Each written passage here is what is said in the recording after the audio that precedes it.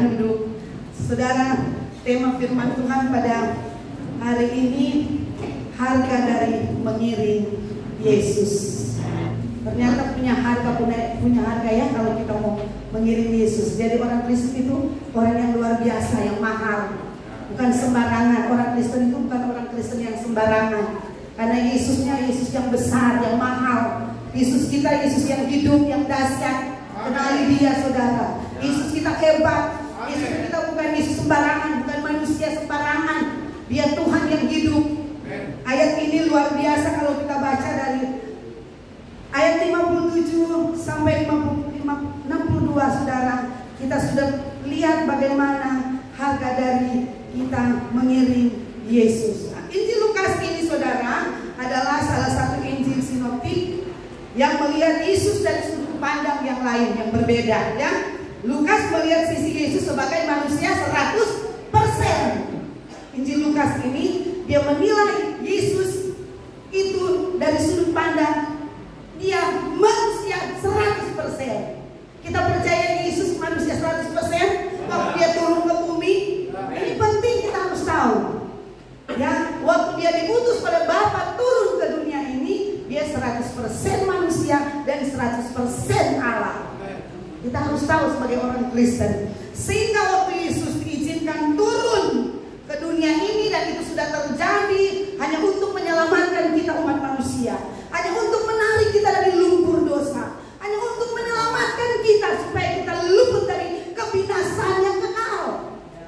Itu Yesus sudah kerjakan. Dan saudara tahu Yesus kerjakan itu tidak dengan bayar, saudara. Dengan cuma-cuma, karena kasihnya.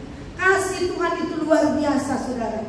Ingat baik-baik, kasih Tuhan itu luar biasa, sempurna bagi umat manusia. Sehingga dia memberikan hidupnya. Dia rela turun ke dalam dunia ini hanya untuk mengambil kita, saudara. Mengambil dari lumpur dosa, mengambil kita, meluputkan kita dari maut yang kekal, api neraka yang kekal. Dia rela memberikan hidupnya. Dalam keadaan manusia 100%, tentunya dia rasa apa itu kelelahan, apa itu kesakitan. Dia rasa. Dia memang diizinkan untuk merasakan keadaan manusia. Bayangkan, saudara, kita tahu dalam saat-saat dia mau dihukum, dia mau digantung, saudara tahu apa yang terjadi? Berat.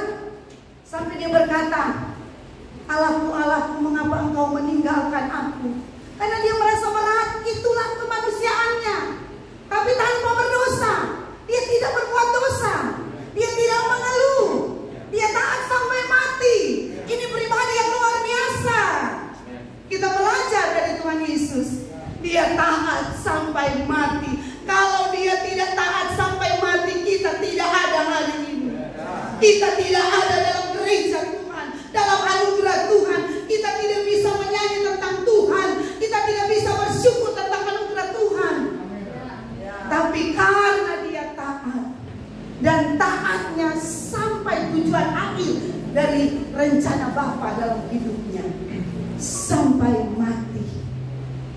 Dan telah terjadi penebusan oleh darah anak domba Allah. Yesus itu sendiri menyelamatkan kita sehingga engkau ada saat ini. Sehingga engkau ada. Dan engkau ada bukan kemauanmu, saudara. Engkau ada karena kemauan Tuhan. Karena suka-sukanya Tuhan, Tuhan pilih engkau. Tuhan jadikan engkau di ruang dan waktu ini punya tujuan. Ya, bukan hidup dengan percuma saja, menghabiskan waktu hari-hari, menghabiskan bulan, tahun. Tidak. Punya tujuan yang jelas dalam hidup kita. Saya ingatkan, walaupun keselamatan telah disediakan secara cuma-cuma, tetapi setiap orang yang mau mengiring Yesus, ingat baik-baik, harus bersedia membayar harga tertentu. Saudara sudah tahu, saudara tidak bayar apa-apa kan? Selamat oleh karena iman. Ini kasih karunia. Cuma-cuma Tuhan beri. Bukan Tuhan suruh naik pohon kelapa 100 kali baru engkau selamat. Tidak. Di dalam kekristenan kita harus tahu ini. Kita tidak membayar apa-apa sehingga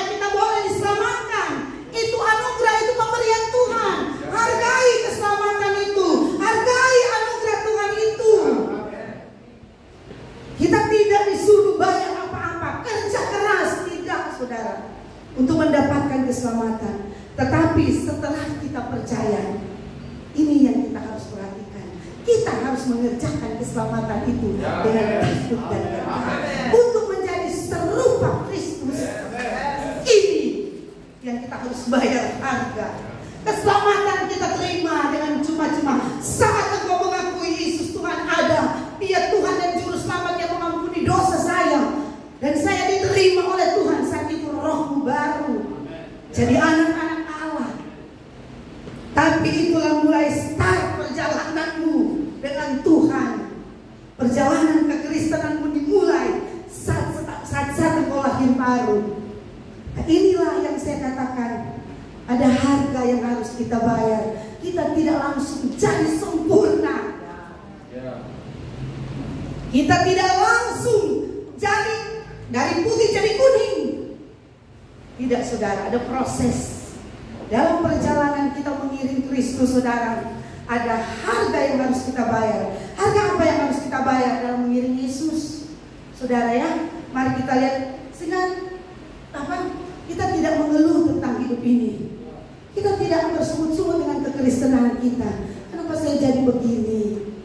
Ya, kita tidak bersungut-sungut dengan tekanan yang datang.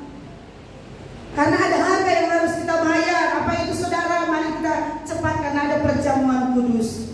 Perhatikan baik-baik. Pertama, saudara, harganya kesediaan untuk hidup. Perhatikan baik-baik ini. Hidup dengan komitmen untuk menderita seketika untuk sebuah tujuan kekal. Perhatikan baik-baik ini, saudara.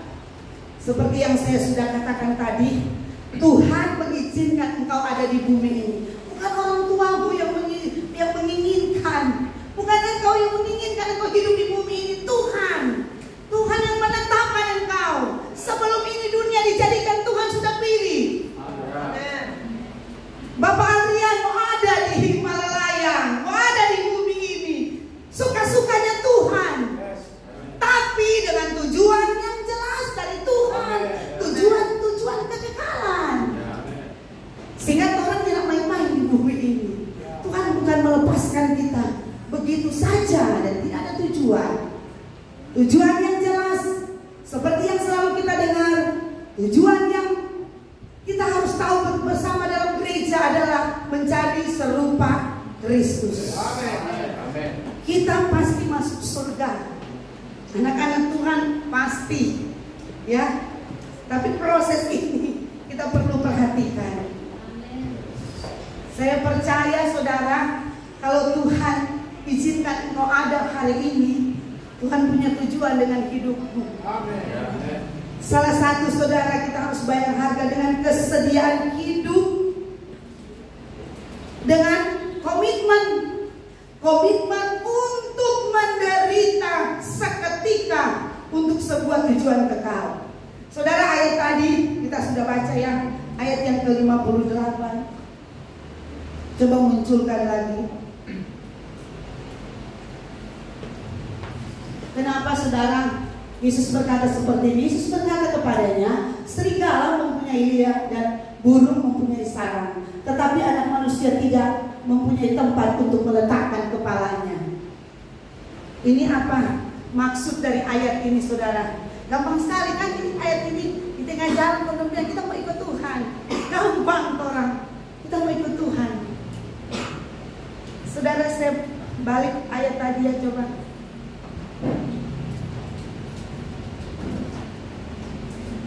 Ayat dari ayat yang ke-57. Dalam perjalanan apa yang terjadi, saudara? Ada seseorang yang berkata, aku mau mengikut engkau. Begitu cepat sekali. Aku mau mengikut engkau, Yesus. Kemana saja engkau pergi? Suka kan ikut Yesus kan? Enak. Tapi Tuhan bilang, ingat baik-baik ayat yang ke-58 tadi. Hei, serigala ada tanpa berteduh, ada tempat tinggal. Serigala mempunyai liang dan burung mempunyai sarang. Jika hujan mereka masuk dalam sarang, enak berteduh, kan? Ada tempat-tempat yang aman. Tapi anak manusia, yaitu Yesus Sedangkan bantal untuk meletakkan kepala, untuk istirahat, tidak ada. Tuhan bilang tidak ada. Tetapi anak manusia tidak mempunyai tempat untuk meletakkan kepalanya, untuk beristirahat, tidak ada. Karena tujuan Tuhan, tujuan yang kekal, yang Dia kerjakan di bumi.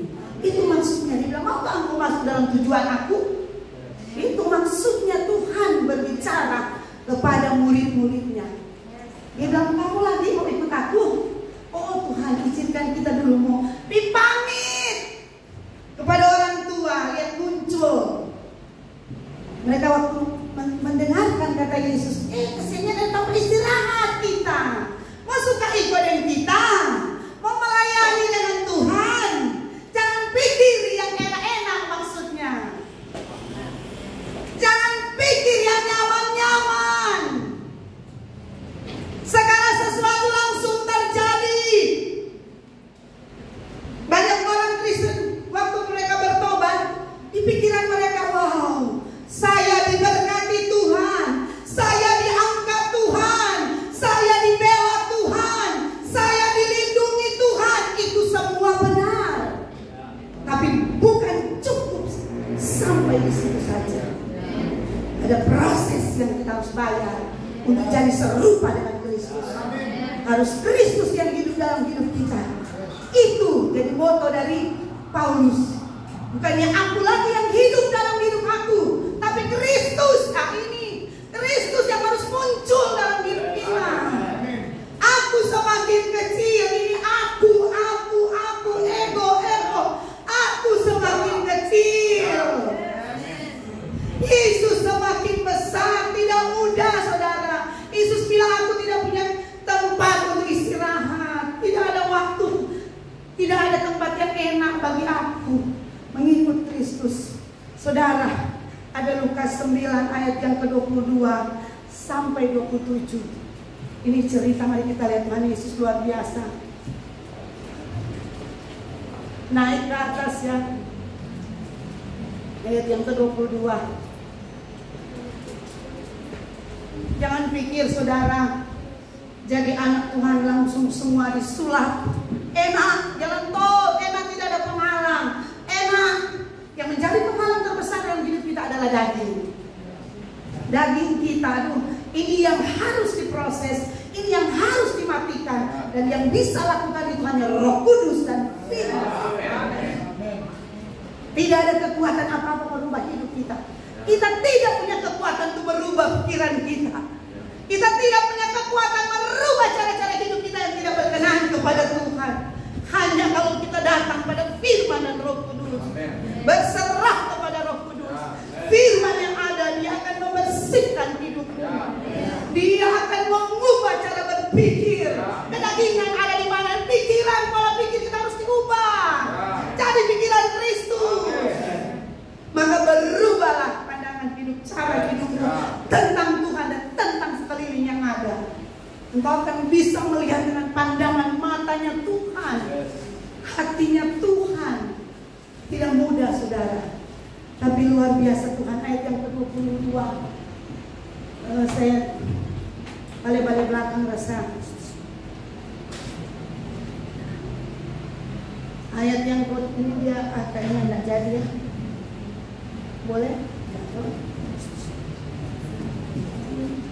Ada gangguan pada ini. Ayat yang ke-22 saya bacakan, saudara lihat di sini boleh. Dan Yesus berkata, anak manusia harus menanggung banyak penderitaan dan ditolak oleh tua-tua, imam-imam kepala dan ahli-ahli Taurat, lalu dibunuh dan dibangkitkan pada hari ketiga.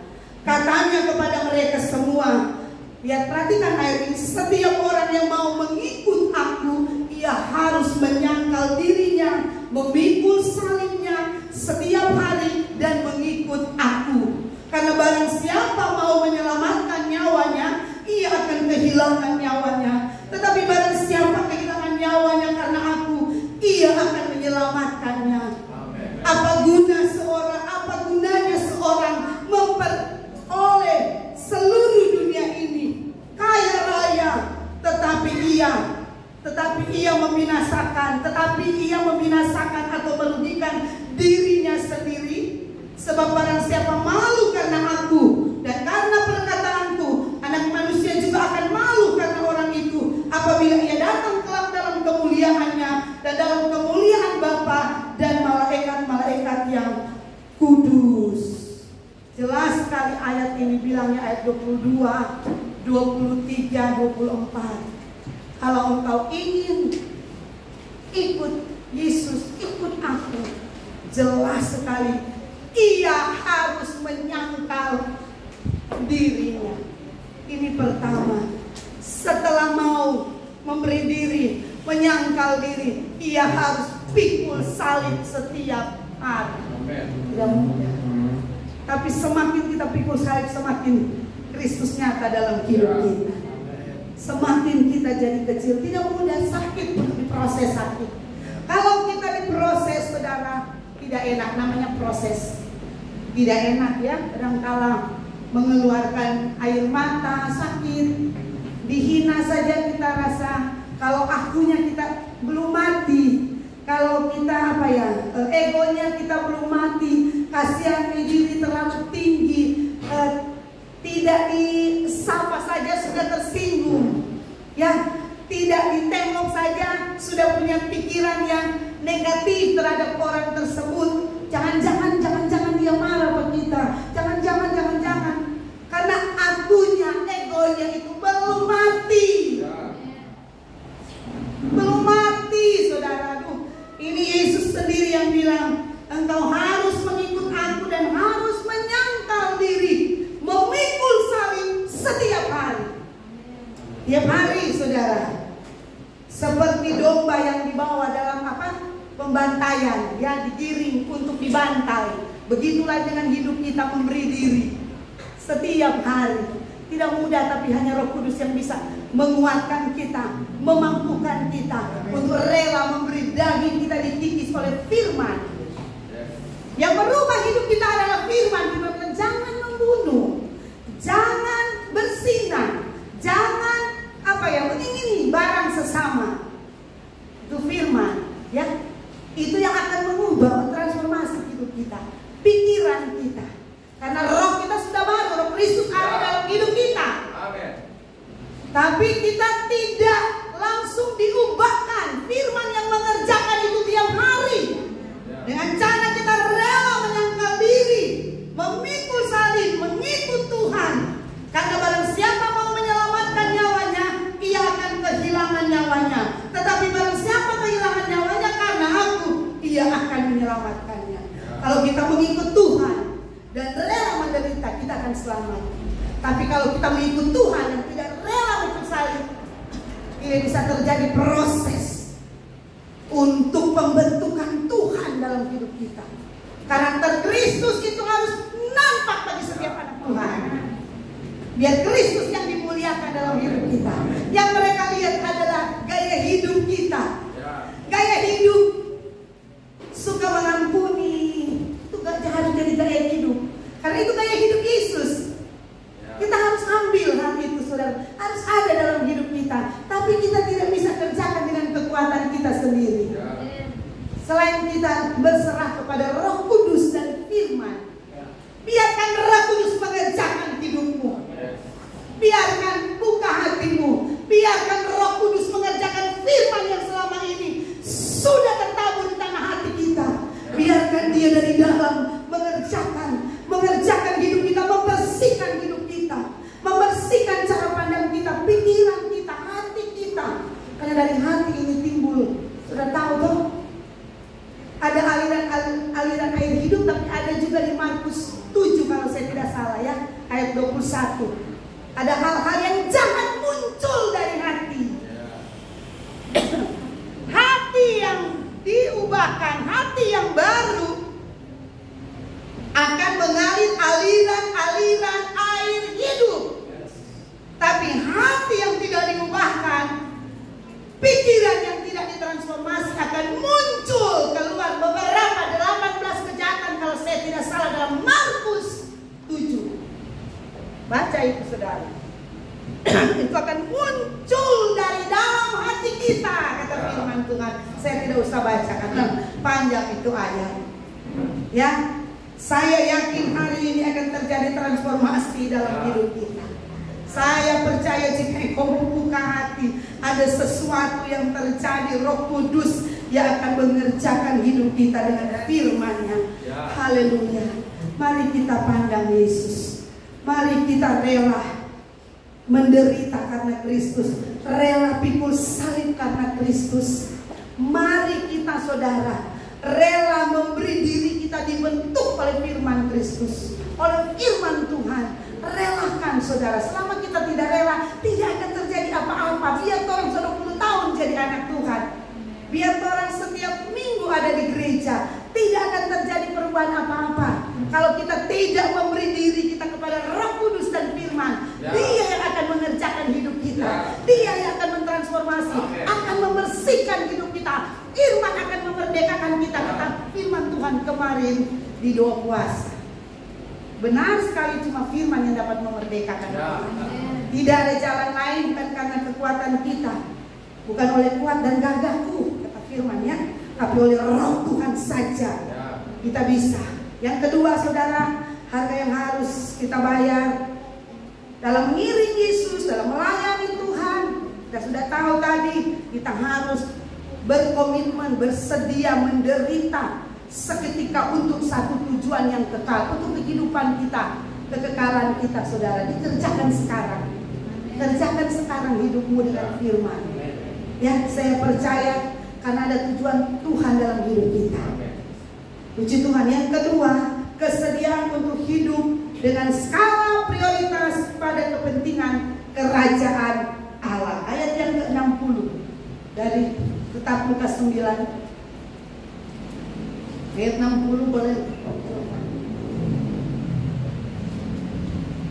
Luar biasa ini yang kedua saudara. Harga yang harus kita bayar. Untuk yang kedua, kesediaan untuk hidup dengan skala prioritas kepentingan kerajaan Allah. Karena kita dipilih untuk maksud kekekalan. Kita dipindahkan kepada kerajaan yang tidak tergoncangkan. Itulah kerajaan Allah. Dan sekarang kita ada dalam satu kerajaan Allah. Dan kerajaan itu tidak disentuh, tidak bisa disentuh oleh iblis. Karena Kristus yang menjadi raja, Kristus yang menjadi kepala. Saya yakin hal itu saudara. Untuk yang kedua ini ayat yang ke-60.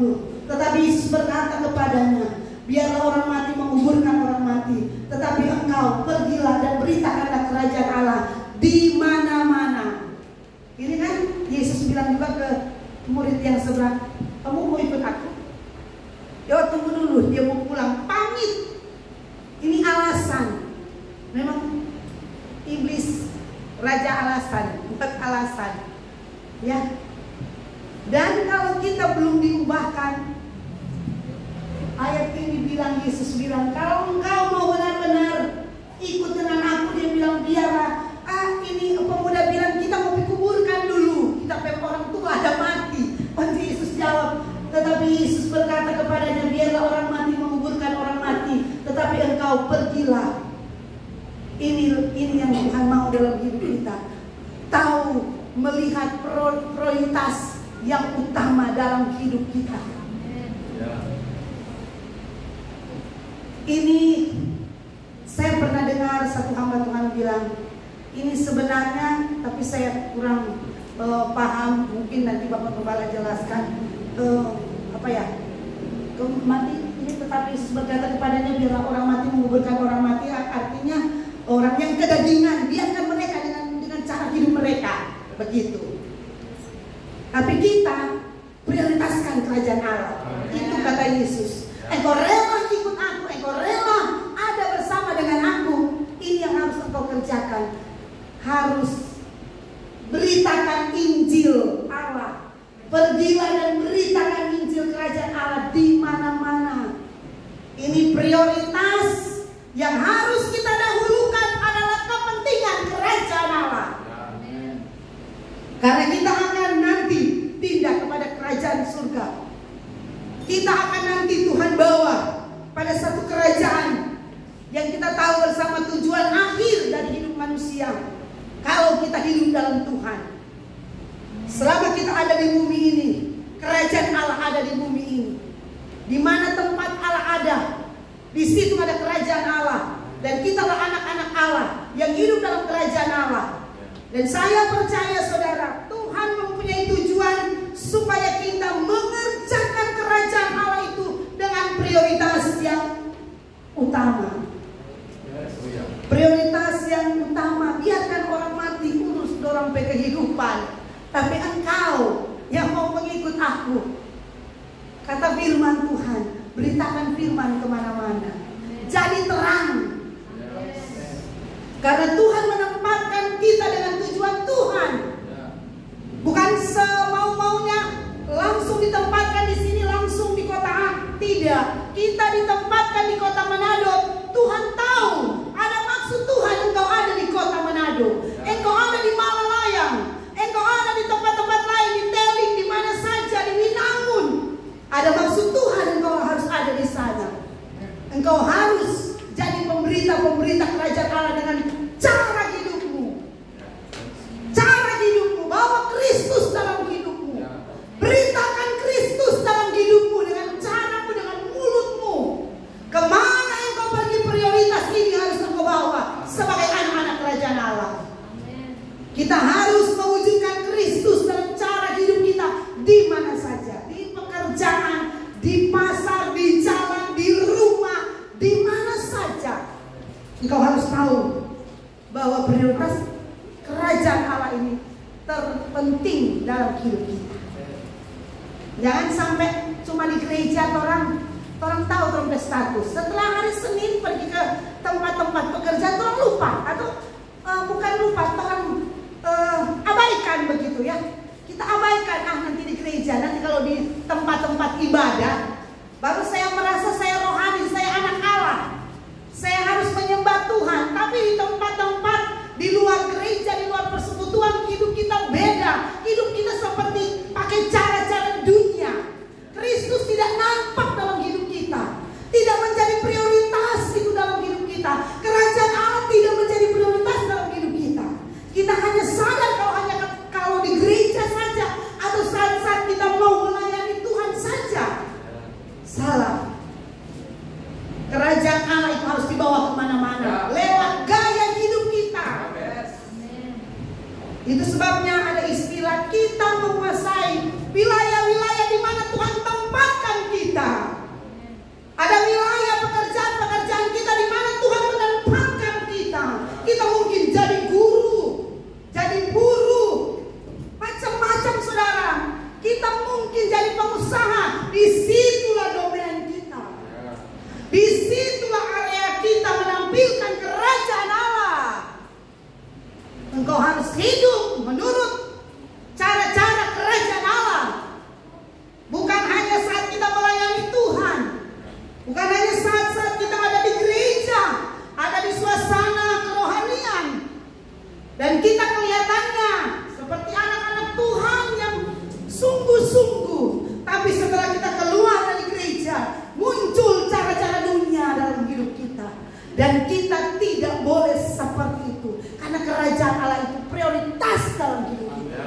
Karena itu akan mengerjakan kekekalan dalam hidup kita. Dan saya yakin saudara, kalau saudara memprioritaskan Tuhan dalam hidup kita, saudara akan menjadi berkat. Kerajaan Allah akan nampak dalam hidup saudara. Kerajaan Allah akan muncul. Orang akan melihat Kristus dalam hidupmu, dan orang akan berkata, kenapa kamu jadi seperti itu? Saya adalah anak Allah. Saya adalah milik Kristus. Mereka akan lihat dan mereka akan bertanya dan akan memuliakan Tuhan dalam hidup kita. Kristus akan dimuliakan dalam hidup kita.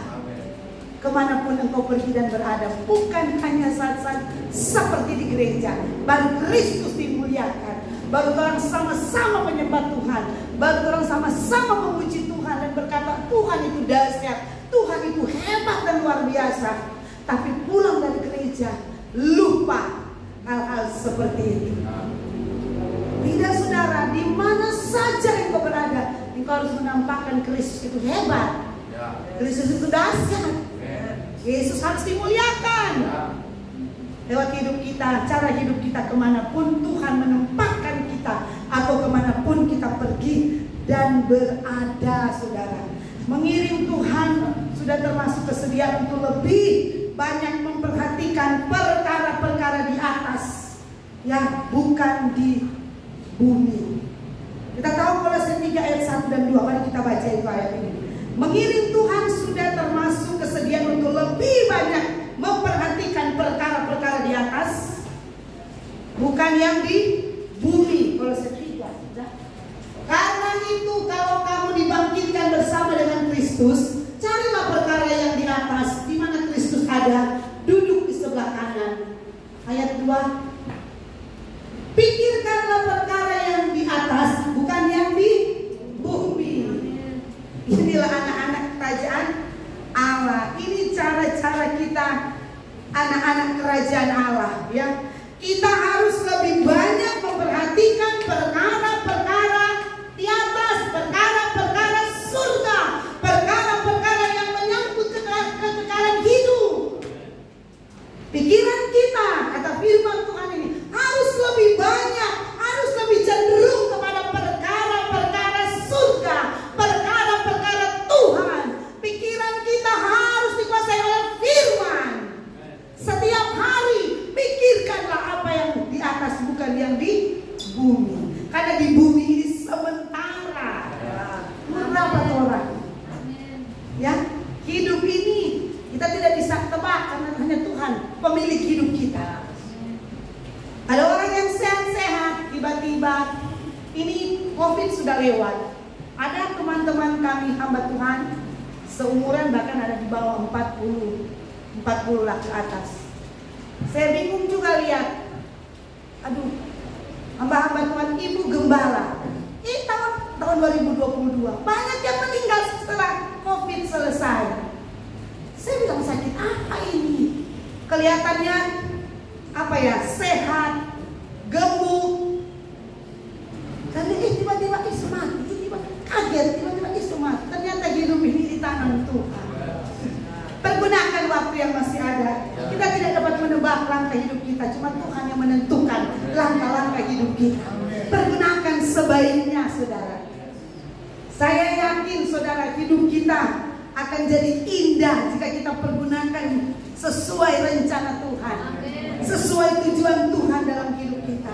Itu sebabnya pikirkanlah hal-hal yang di surga. Taruh di pikiran kita lebih banyak pikiran perkara-perkara surga. Karena Tuhan akan menyediakan hal-hal yang kita butuhkan di bumi ini. Saya yakin Tuhan berkati kita hari ini. Mengiring Tuhan sudah termasuk juga di dalamnya kesediaan lebih memperhatikan yang tak kelihatan ketimbang yang kelihatan.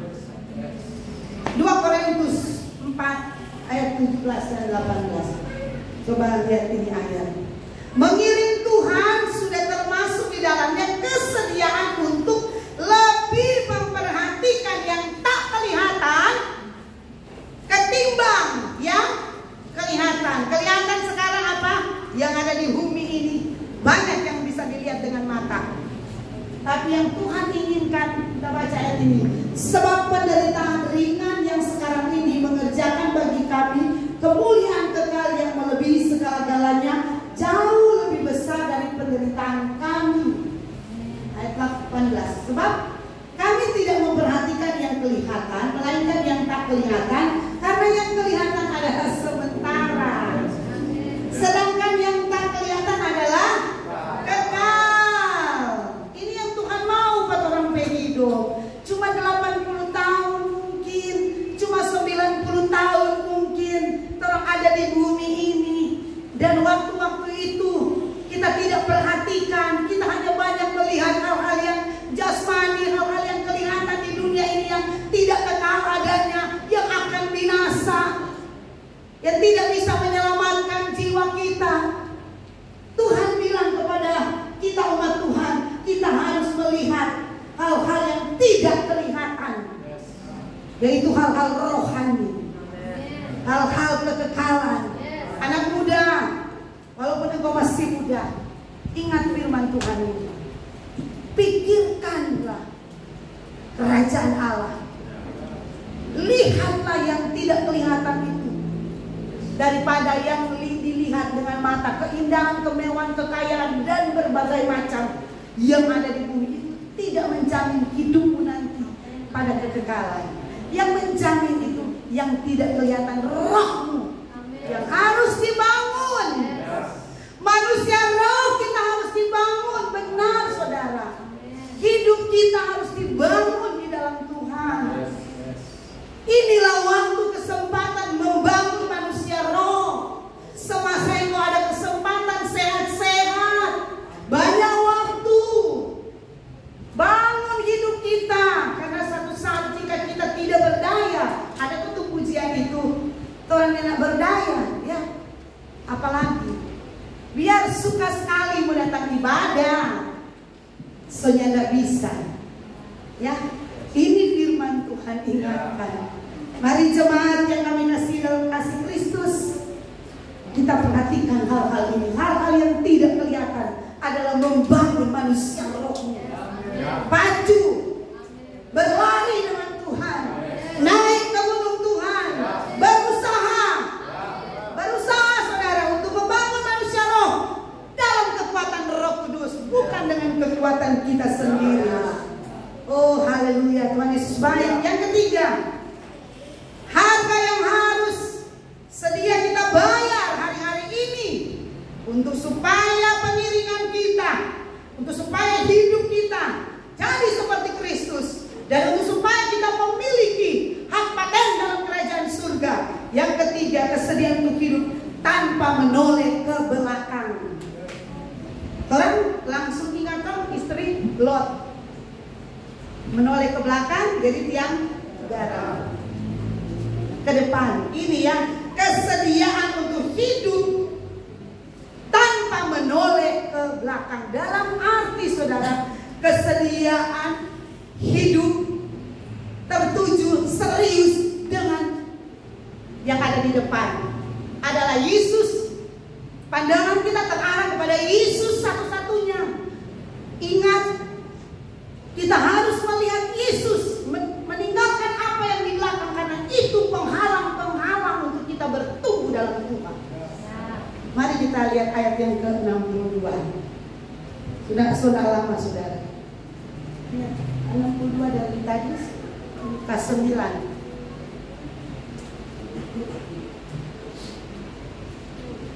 Ayat 62, tetapi Yesus berkata, setiap orang yang siap untuk membajak tetapi menoleh ke belakang tidak layak untuk kerajaan Allah. Artinya harus serius dengan Tuhan. Jangan kaki satu. So pernah toh di sini kasih contoh, kaki satu di dunia, kaki satu di kerajaan surga. Tidak bisa lari, tidak bisa biar saudara mau paksa, mau jatuh. Tidak bisa. Kalau mau lari harus satu tempat. Saudara, kita harus serius dengan Tuhan. Jangan menoleh ke belakang lagi. Jangan menoleh ke dunia. Dunia itu memang indah, enak, tapi itu membinasakan hidup kita. Membinasakan saudara. Kami yang Tuhan ingatkan sekali lagi, menoleh ke belakang itu memang indah, tapi itu membinasakan hidup kita. Ingat baik-baik, mari kita yang siap membajak, yang siap mengikuti Tuhan harus fokus. Harus fokus untuk kerajaan Allah. Fokus untuk kekekalan. Lari sekencang-kencangnya dengan Tuhan. Sedangkan sudah lari ada penghalangnya. Apalagi kita tidak lari, kita jalan, tidak akan ada terjadi apa-apa penambahan manusia roh, penambahan iman dalam hidup kita. Tidak mungkin. Harus fokus. Kalau saudara fokus, saya percaya saudara, dengan orang yang tidak fokus, saudara akan bisa lihat apa yang terjadi dengan orang yang fokus dan orang yang tidak fokus. Saudara tahu satu cerita yang pernah Bapak Gembala kasih ilustrasi toh? Harus fokus saudara. Kalau kita tidak fokus, tidak akan terjadi apa-apa dalam hidup kita. Kalau kita lari, lomba lari, orang tidak fokus, lihat diri orang tepuk tangan, bagaimana? Tidak bisa. Sedangkan kita sudah berusaha, kita sudah latihan, masih tetap ada yang menang, ada yang nomor satu. Mungkin fokusnya terlalu tinggi,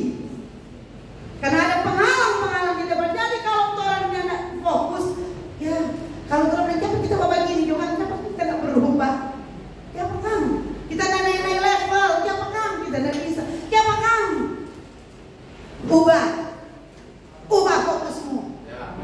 Serius dengan Tuhan. Berlari dengan Tuhan. Itu yang harus kita kerjakan hari-hari ini, saudara. Jangan lagi menoleh ke belakang. Di belakang ada keindahan, di belakang ada kegagalan, tapi ada juga yang berhasil di belakang. Tapi itu tinggalkan saja. Sekarang fokus dengan Kristus.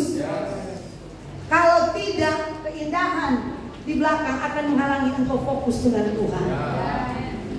Kegagalan di belakang akan membuat engkau tidak serius dengan Tuhan. Ya, lihat ke belakang, aduh sakit dulu, menderita dulu kita, menderita dulu kita, kita dulu, Tuhan luar biasa kita, dipakai Tuhan luar biasa. Saya berhasil dalam usaha-usaha saya, itu dulu. Waktu kita tidak hanya menghitung-hitung dulu, itu penghalang untuk berlari. Penghalang, saudara, ya. Mari kita lihat kesediaan untuk meninggalkan masa lalu. Mari kita lihat ini Musa, Ibrani 11 ayat 24 dan sampai 26. Dan Musa kita lihat dia rela meninggalkan kemuliaan Mesir. Dia rela meninggalkan, dia dikatakan dijuluki anak raja. Waduh, kalau tinggal sebagai anak raja, mungkin sekarang itu sejawat dengan presiden. Aduh, anak presiden, segala sesuatu disediakan, semuanya ada, indah. Tapi kita lihat ini Musa, karena iman maka Musa setelah dewasa menolak disebut anak putri Firaun.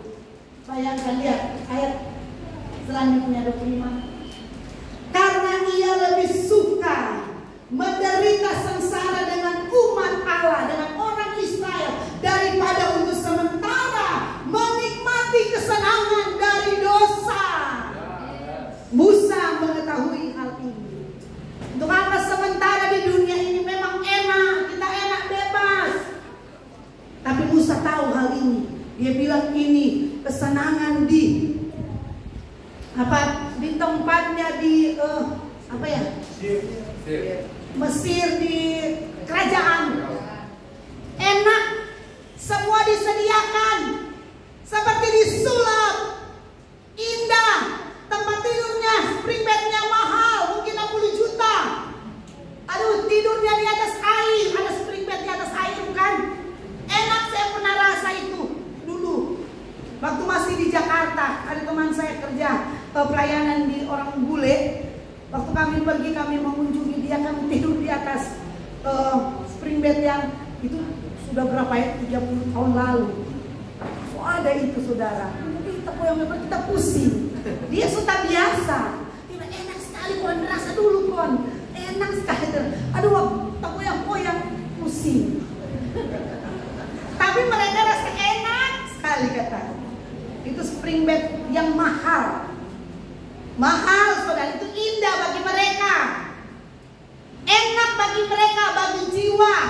Enak bagi tubuh ini, enak sekali. Kesenangan dunia itu enak sekali dinikmati. Tapi itu sementara. Enak sekali, saudara. Tapi saya mau katakan, mari kita belajar dari Musa. Dia punya mata. Dia sudah tahu apa yang akan terjadi kalau dia bertahan, hidup enak, kesenangan enak, makan enak, hidup aman, hidup disanjung-sanjung sebagai anak raja, terpenuhi keinginan dagingnya, tidak pernah dimarahi, tidak pernah dicemoohi. Aduh, enak hidup ini, tidak pernah disindir. Malah kalau dia berteman, dia berkawan, selalu diberi tempat yang baik, selalu dijamin. Ini satu hal yang enak, menyenangkan, bukan? Tapi dia tahu, saya tidak mau ada di sini. Saya harus bertindak keluar dari kesenangan dunia sementara ini. Saya akan lebih rela menderita bersama umat Tuhan. Yang penting saya masuk dalam tanah Kanaan waktu itu. Dan umat-umatnya terselamatkan dengan komitmennya Musa meninggalkan kerajaan dunia. Ini satu hal yang luar biasa. Kita lihat lagi Filipi 3 ayat 13, kesediaan untuk melupakan apa yang ada di belakang. Ini ayat ini yang lebih jelas. Mari baca Filipi 3 ayat 13. Saudara-saudara, aku sendiri tidak menganggap bahwa aku telah menangkapnya, tetapi ini yang kulakukan. Ini jelas ayat bilang, ini yang aku lakukan, aku melupakan apa yang di belakangku. Baca baik-baik, melupakan. Paulus melupakan ada di belakang dia banyak sekali prestasi, banyak sekali keindahan, banyak sekali kegagalan. Dia bilang itu, dan apa? Mengarahkan diri kepada apa yang ada di hadapanku. Hadapanku ada kekekalan, ada jaminan keselamatan. Jangan menoleh lagi ke belakang. Seriuslah dengan Tuhan. Kalau serius, seriuslah dengan Tuhan. Rela menderita, rela berkorban. Itu yang akan engkau lihat saat-saat engkau akan diangkat oleh Tuhan. Karena engkau rela menderita bagi Kristus. Engkau rela mungkin dicemoohi karena kebenaran. Lain kalau kesalahan kita harus meninggalkan dan bertobat. Tapi saat-saat kita mempertahankan firman, saat-saat kita hidup benar, saat-saat kita hidup sesuai kehendak Tuhan, dan ada orang yang tidak suka dengan hidup kita mungkin, karena tidak semua orang 100% suka pada orang, kasihan. Nggak ada ya. Kalau 100 orang mungkin yang berteman dengan kita, mungkin ya ada 70 orang yang suka, benar-benar suka, ada 30 yang tidak benar-benar suka. Pasti itu ada, tidak ada yang sempurna di dunia ya. Tapi Yesus berkata, jangan lihat hal-hal semua itu, saudara. Tinggalkan itu di belakang, karena engkau harus berlari. Engkau harus berlari, melompati tembok-tembok yang ada, penghalang-penghalang yang ada di depan. Lompati itu, saudara. Seriuslah pandang Yesus. Karena hari-hari ini kita sudah lihat, wow, saudara lihat dengan mata kepala sendiri, bukan? Dulu Manado ada yang banjir, tidak ada. Setahu saya jarang sekali. Nanti 10 tahun yang belakangan ini toh, saya juga kaget nih, banjir-banjir tuh Manado kan. Lihat. Mari kita berfokus saja pada Tuhan. Tuhanlah perlindungan kita. Tuhanlah andalan kita. Fokus saja pada Tuhan. Silakan engkau bekerja, tapi prioritas matamu tertuju ada pada Yesus. Semua waktu engkau berlari mengiring Tuhan, tidak ada halangan, engkau mampu melompati tembok-tembok itu. Karena itu adalah penghalang. Saudara, yang terakhir, kesediaan untuk tetap mengarahkan pandangan kita ke depan adalah pandangan arah upah. Ada upah. Mari kita lihat Ibrani 11 ayat yang ke-26. Ada hadiah. Ini ayat yang terakhir. Haleluya. Kesediaan tetap mengarahkan pandangan ke depan dengan jangan berpaling, karena ada upah di depan kita. Jadi orang-orang yang melayani Tuhan, ada upah. Upah itu dari Tuhan. Jangan bilang dalam di gereja kerja bakti. Memang kelihatannya seperti itu, tapi upahnya ada mulia. Nggak usah lihat dulu kemuliaan mahkota di surga, lihat dulu berkat Tuhan sejadah di bumi. Lihat dulu kesehatan, perlindungan. Lihat dulu Allah mengangkat engkau di tempat-tempat pekerjaan. Allah memberi engkau pekerjaan. Allah membentengi engkau dalam masa-masa kesukaran. Lihat dulu hal itu, saudara. Jangan lihat dulu mahkota. Mahkota tetap tersedia, surga tetap bagian kita. Tapi kehidupan jaminan di hidup di dunia ini, ada aman dalam perlindungan Tuhan. Aman kita hidup bersama Tuhan. Itu bedanya, saudara. Kalau engkau serius dengan Tuhan. Ibrani 11. Ia menganggap penghinaan karena Kristus sebagai kekayaan yang lebih besar daripada semua harta Mesir, sebab pandangannya ia arahkan kepada upah. Haleluya. Jadi jangan ada yang merasa, aduh berat kita melayani Tuhan. Berat. Kalau kerja di kantor kan ada gaji kan, enak, tiap bulan enak, Mas Doi tertawa, senang, dapat upah. Tapi melayani pekerjaan Tuhan, aduh, ini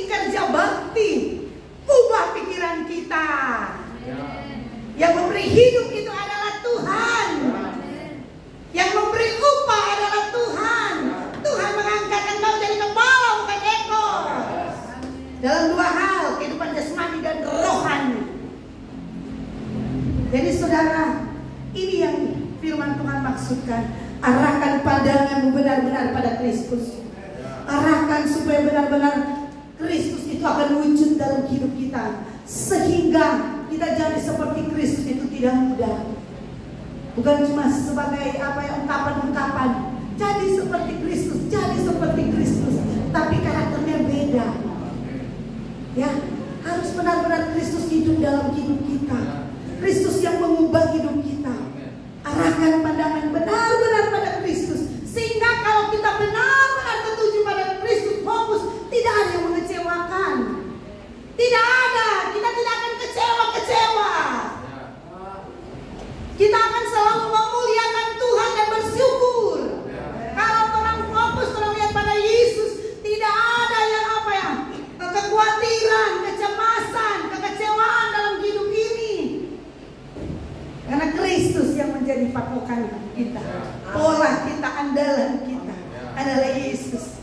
Sehingga semua itu akan ditutupi oleh firman Tuhan. Semua akan diatur oleh firman Tuhan. Kita jadi anak-anak Tuhan yang luar biasa. Sehingga benar-benar orang di gereja ini berkata jadi seperti Kristus, itu benar-benar terjadi. Salah satunya orang fokus. Fokus ya. Supaya orang tidak kecewa dan ada begini jo sama jo. Dari hari ke hari setahun begini leh. Nyana berubah-berubah jo kita. Iya toh. Kalau kita fokus pasti firman Tuhan tidak pernah salah. Firman Tuhan tidak pernah gagal. Itu akan mengerjakan hidupmu, sehingga engkau jadi orang yang enjoy dengan Tuhan. Engkau memperhatikan Tuhan lebih dari segala sesuatu. Amin. Haleluya, puji Tuhan. Selanjutnya saya serahkan kepada Bapak Gembala karena